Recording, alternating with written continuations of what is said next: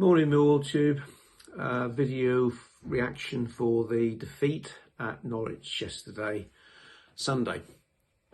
I'd really like to talk about the football and how well we played, how we passed the ball to feet, found space, and created stuff. But I can't because we didn't. We again looked tactically inept. We have got very little confidence when we get the ball, and invariably we give it away straight away again. And it is really becoming a regular thing now. I mean, I can't even get into rant mode over it. I can't be a ranty old git over it even. You can't see it, but out of shot is my computer, laptop. This is what I do on a Monday. It's all admin and stuff like that. And I like to think I trade during the week. But first 15 emails on there this morning were all people who I know laughing at how bad we were yesterday because I watched it on the TV. I get used to it. I mean, it's happened now. It happened after the Bristol City game. It happened the morning after the Reading game. You know, no one likes us. We don't care. You get used to it. But you shouldn't really have to get used to performances as bad as the one yesterday. We really shouldn't have to think that is going to be the norm. And more than that, you shouldn't have to get used if you made that trip at some silly hour yesterday morning. You shouldn't get used to the manager mocking you if you get angry. Now, don't get me wrong, it's nothing I would do. I've never, however much I've disliked managers, and there's been a few over the years, I would never start singing abuse at them. But on the other hand, I can understand people wanting to. If I'd have paid that money yesterday and gone up to Norwich at that time of the day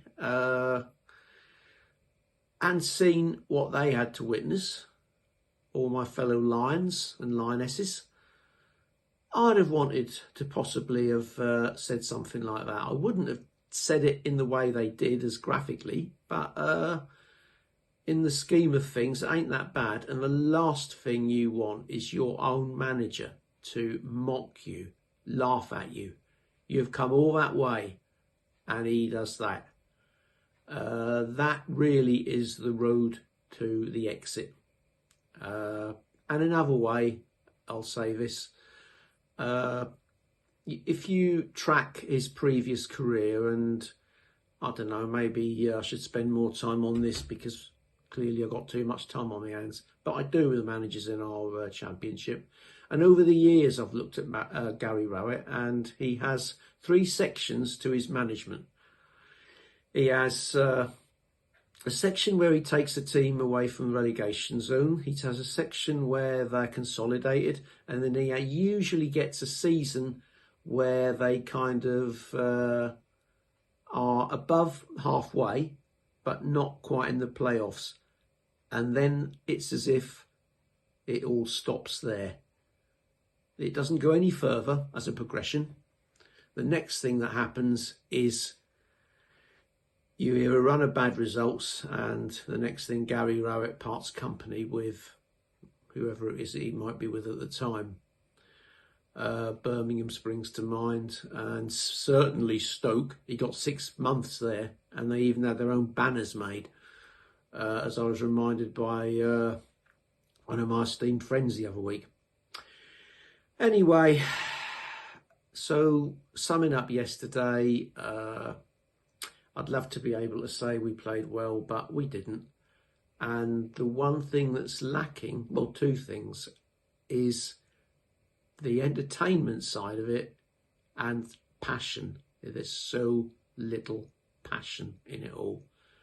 And that has to come from one place. Don't blame the players.